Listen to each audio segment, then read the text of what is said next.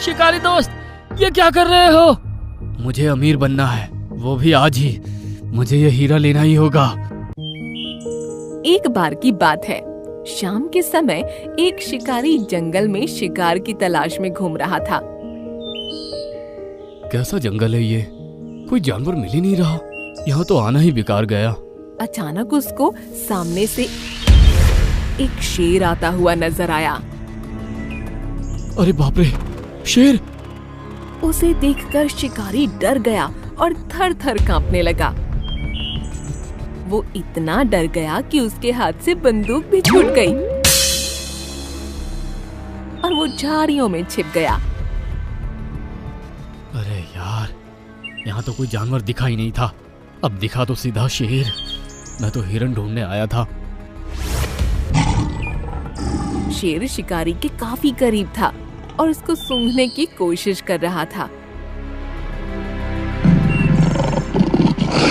शिकारी भगवान से यही प्रार्थना कर रहा था कि वो किसी को उसकी मदद के लिए भेजे। तभी एक सारस वहां आया। वो उड़ता उड़ता एक पेड़ के नीचे आ बैठा जहां शेर खड़ा था। अरे वाह, एक सारस! ऐसा कहते हुए शेर तेजी से सारस की तरफ बढ़ा, लेकिन सारस इतना चालाक था कि बार बार उड़ता और जमीन पर बैठ जाता।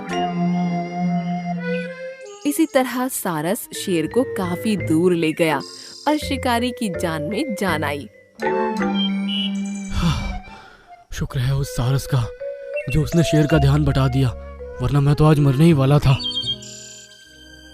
ये कहकर शिकारी वहां से जाने लगा। तभी एक पक्षी जमीन पर आ गिरा। उसने देखा कि ये वही सारस था। सारस के सर पर एक हीरा लगा था और पेट में लकड़ी की एक टहनी फंसी थी, जिसकी वजह से खून निकल रहा था। अरे सारस, तुम तो वही हो ना जिसके पीछे अभी शेर लगा था? हाय रे मेरी फूटी किस्मत! शेर से जान बची तो शिकारी मिल गया। अब तो मैं नहीं बचने वाला। तुमको डरने की जरूरत नहीं है। कुछ देर पहले अगर वो शेर तुम्हारे पीछे ना जाता तो वो मुझे ही अपना शिकार बनाता। तुमने मेरी जान बचाई है, इसलिए मैं तुमको नहीं मारूंगा। अब मुझे ये बताओ कि तुम्हारे सर पर ये हीरा कैसा है और तुम्हारे पेट में ये लकड़ी कैसे लगी? अरे वही उस शेर से मस्ती करने के चक्कर में मैं एक सूखे पेड़ से जा टकराया और ये लकड़ी मुझे लग गई। रही बात इस हीरे की, तो तुम्हें बता दूं कि इसमें मेरी जान बसी है। जब तक ये मेरे सर पर है मैं मर नहीं सकता, चाहे कितना भी घायल हो जाऊं। इसीलिए तो इतने दर्द में भी जिंदा हूँ। तुम फिक्र मत करो, मेरी जान बचाई है तुमने। मैं तुम्हें इस दर्द से राहत दिलाकर ही रहूंगा। ये कहकर शिकारी ने सारस के पेट से लकड़ी निकाली और फिर उसकी चोट पर मरहम लगाया। यहाँ तक कि उसने 2 दिनों तक सारस को अपने टेंट में ही रखा और सारस अब बिल्कुल स्वस्थ हो गया। प्यारे सारस, अब तुम ठीक हो चुके हो। मैं भी अपने गांव वापस जा रहा हूँ। कभी तुमसे मिलने का मन हुआ तो जरूर आऊंगा। ठीक है शिकारी दोस्त, जब चाहे चले आना और अगर कभी मेरी जरूरत हो तो तुम मुझे पुकारना। इस हीरे में इतनी शक्ति है कि जब भी तुम मुझे पुकारोगे ये अपने आप चमकने लगेगा और मुझे तुम्हारी तरफ आने का रास्ता भी बताएगा। क्या कहा तुमने? मुझे यकीन तो नहीं हो रहा, लेकिन आजमा कर जरूर देखूंगा। अब मैं चलता हूँ। ये कहकर शिकारी वहां से चला गया।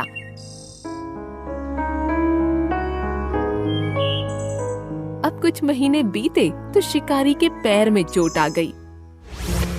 उसने उसका इलाज करवाया, लेकिन फिर भी वो कुछ ही कदम चल पाता था। ये मेरे साथ अच्छा नहीं हुआ। कोई काम करके पैसे भी नहीं कमा सकता। अब तो शायद ऐसे ही घर में पड़ा पड़ा भूख से बिलखता हुआ मर जाऊंगा। वो हताश हो ही रहा था कि तभी उसको सारस की याद आई। प्यारे सारस, मुझे तुम्हारी जरूरत है। जल्दी मेरे पास आओ। उसके इतना कहते ही कोसों दूर जंगल में खड़े सारस का हीरा चमका और उसको पता चल गया। अरे शिकारी मुझे बुला रहा है। मुझे जाना होगा। ऐसा कहकर सारस उड़ चला और कुछ ही देर में शिकारी के घर पहुंच गया। अरे प्यारे सारस, तुम्हारी बात सच थी, तुम तो वाकई में आ गए। बताओ शिकारी दोस्त, क्या तुम किसी परेशानी में हो? ये सुनकर शिकारी ने सारस को सब कुछ बता डाला, जिसे सुनकर सारस बोला, तुम्हारी बीमारी तो मैं ठीक नहीं कर सकता, लेकिन मैं तुम्हारे खाने की परेशानी दूर कर सकता हूँ। ऐसा कहकर सारस उड़ चला और कुछ देर बाद अपने मुंह में एक मछली दबाए वापस आया। ये लो शिकारी दोस्त, इस मछली को बनाओ और खूब मजे से खाओ। शिकारी इतना भूखा था कि उसने झट से मछली बनाई और फिर मजे से बैठकर खाने लगा। मजा आ गया। आज का तो हो गया प्यारे सारस, लेकिन आगे का क्या होगा? तुम फिक्र मत करो, मैं रोजाना तुम्हारे लिए इसी तरह कुछ न कुछ खाने को लाता रहूंगा। ये सुनकर शिकारी खुश हो गया। अब कई दिन गुजरे और सारस इसी तरह शिकारी को कुछ न कुछ रोजाना खाने को लाता रहा। फिर एक दिन शिकारी के पास एक खत आया। ये खत तो मेरे छोटे भाई का है। मेरे शिकारी भैया, मुझे तुमको ये बताने में खुशी हो रही है कि मैं बहुत अमीर हो गया हूँ और अगले महीने शादी कर रहा हूँ। मेरी शादी में जरूर आना। ये खत पढ़ते ही शिकारी आग बबूला हो गया और फिर उसने खत फाड़ दिया। मैं यहाँ सिर्फ खाना खाकर खुश हूँ, वहाँ मेरा छोटा भाई अमीर हो गया और शादी भी कर रहा है। यह तो मुझे कतई बर्दाश्त नहीं होगा। लेकिन अब मैं किस तरह अमीर बन सकता हूँ? ये सोचते हुए उसको सारस की बात याद आई और उसने फैसला किया।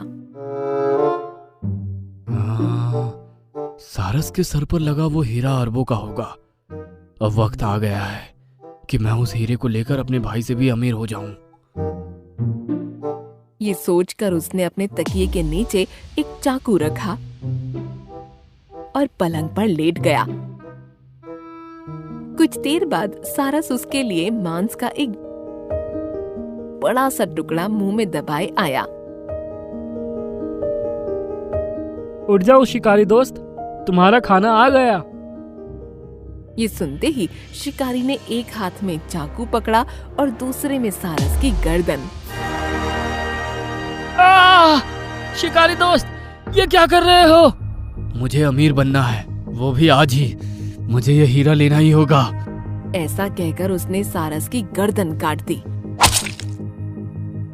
और उससे वो हीरा उखाड़ लिया। अब मैं बनूंगा अपने भाई से भी ज्यादा अमीर। तभी उसने देखा कि उसके हाथ में आया हीरा गायब हो गया और मरा हुआ सारस उसी के जैसा दिखने वाला एक शिकारी बन गया। ये सब क्या है? मैं भी तुम्हारी तरह ही एक शिकारी था। मैंने एक बार गलती से एक ऋषि को तीर मार दिया था, जिसने मरते मरते मुझे श्राप दिया था